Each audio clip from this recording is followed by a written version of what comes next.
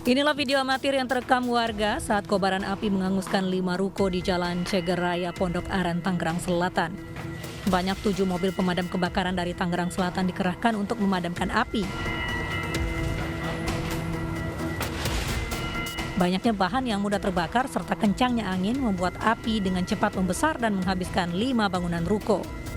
Api pertama kali terlihat dari salah satu ruko yang menjual bahan kebutuhan pokok. Penyebab kebakaran berasal dari kebocoran tabung gas. Untuk dari data yang kita dapatkan ini 5 ruko ya, jadi satu kawasan ini 5 ruko. Untuk dugaan sementara dari keterangan warga bahwa adanya kebocoran tabung gas. Tidak ada korban jiwa dalam kebakaran, kerugian material mencapai ratusan juta rupiah. Dari Tangerang Selatan, Banten, Nunung Purnomo, iNews melaporkan.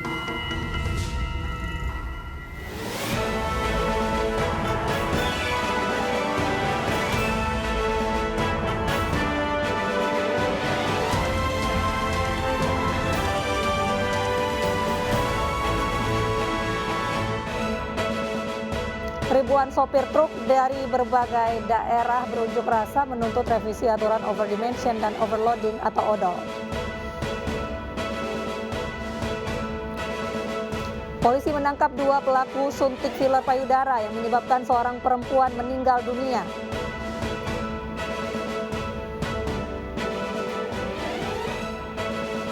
Ratusan warga berdesakan membawa anak-anak demi membeli minyak goreng.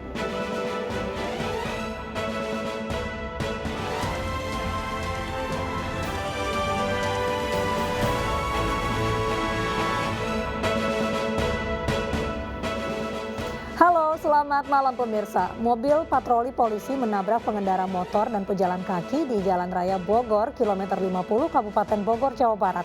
Akibatnya 5 orang terluka. Bersama saya, Mirva Suri. Inilah iNews Malam selengkapnya.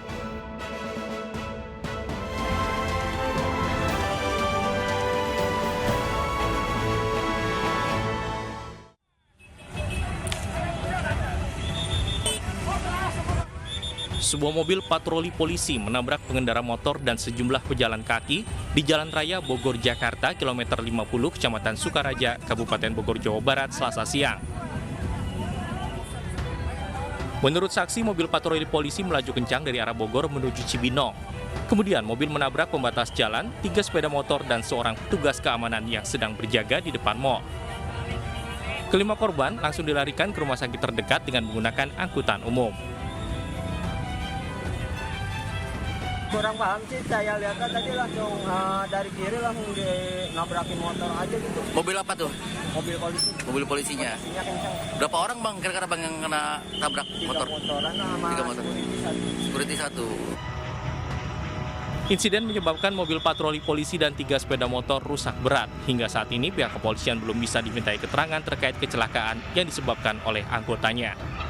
Dari Bogor, Jawa Barat, Wildan Hidayat, iNews melaporkan.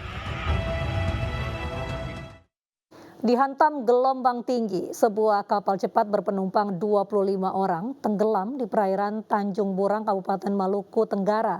Akibatnya 6 orang tewas termasuk bayi berusia 8 bulan.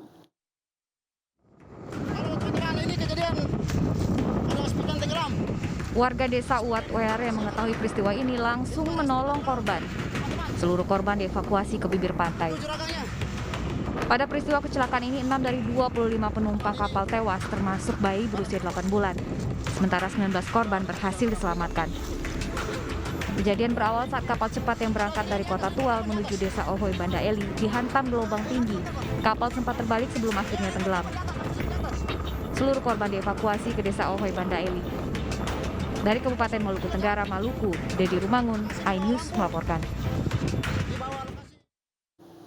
Pemirsa, sopir truk di beberapa daerah di tanah air menggelar unjuk rasa memprotes larangan overdimension dan overloading atau ODOL. Di Surabaya, unjuk rasa sempat memanas saat polisi menghalangi aksi mereka.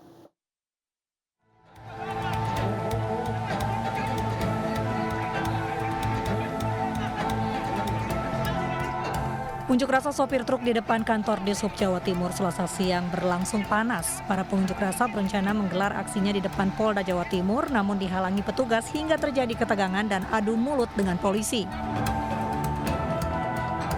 Para sopir truk menuntut agar diberikan keadilan kepada truk overdimension dan overloading atau odol. Para sopir truk ini meminta adanya kebijakan regulasi tarif atau ongkos angkutan logistik. Yang mereka buat, kami sangat mendukung. Kami selalu pro terhadap pemerintah. Tapi peraturan yang bagaimana dulu, Pak? Coba ditimbang rasa, karena kami semua ini ada driver lintas Nusantara. Kami tergabung di sini, jelas ini merugikan kami bersama.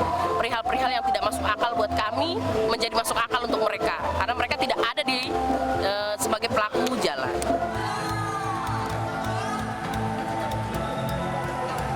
Iring-iringan truk berkumpul di depan kantor Dinas Perhubungan Provinsi Jawa Tengah. Ratusan sopir truk di Semarang ini berunjuk rasa menentang aturan pemerintah terkait overdimension overloading.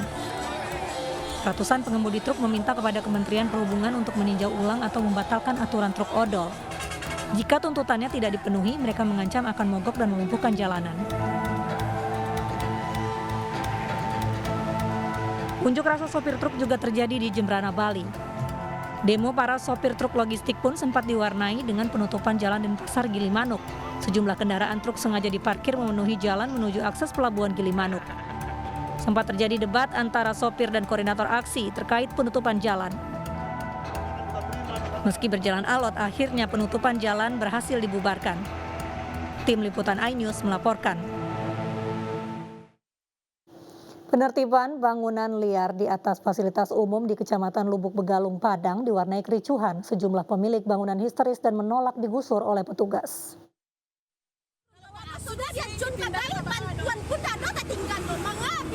Emak-emak pemilik warung ini protes dan menolak kedatangan petugas gabungan Satpol PP dan Kelurahan yang hendak menertibkan bangunan liar di sepanjang kawasan Pampangan, Kecamatan Lubuk Begalung, Kota Padang.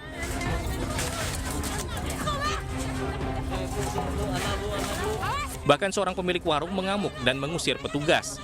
Ia terpaksa diamankan oleh petugas wanita Satpol PP untuk menghindari hal yang tidak diinginkan. Meski mendapat penolakan, petugas tetap membongkar 22 unit bangunan liar yang berdiri di atas fasilitas umum.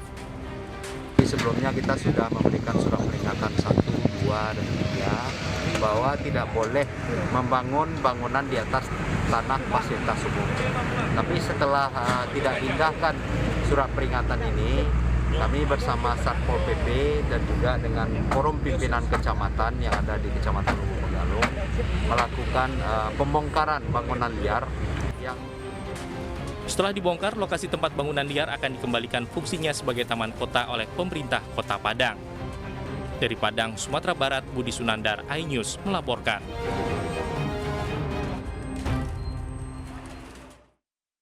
Pemirsa, salah satu korban kebakaran Pondok Pesantren Miftahul Khoirot dimakamkan di kampung halamannya di Subang, Jawa Barat. Pemakaman korban diiringi isak tangis keluarga.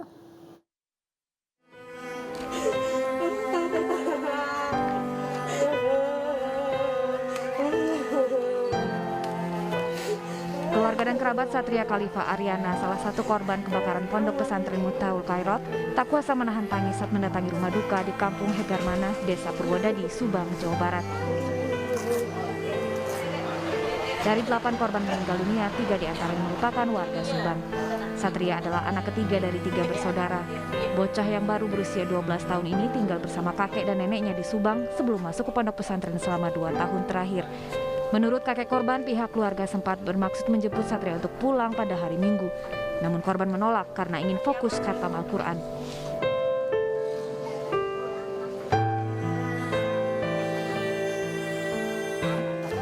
Dijemput sama uanya saja yang dari Cilamaya, dari Ciberes, dia nggak mau hatam katanya. Ya wasilahnya kalau misalkan dijemput mungkin selamat ya, tapi Allah menghendaki lain. Tiba-tiba dia tidak mau karena persiapan mau hatam, yang sudah hatam, dia tuh mereka udah hatam, tahfidz udah tahfidz. Akhirnya itulah kejadian. Usai kebakaran, kegiatan di Pondok Pesantren Miftahul Khoirot Karawang diliburkan selama 1 pekan. Seluruh santri sudah dijemput keluarga, sementara santri senior masih bertahan untuk membersihkan sisa-sisa kebakaran.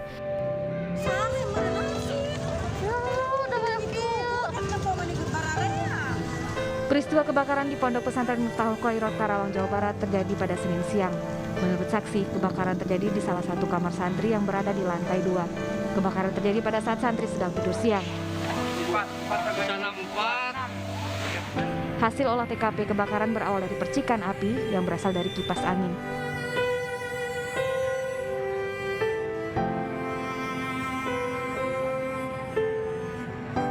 Tim Liputan iNews melaporkan. Usaha rumahan senjata api rakitan digerebek petugas. Informasi selengkapnya hanya di iNews Malam sesaat lagi.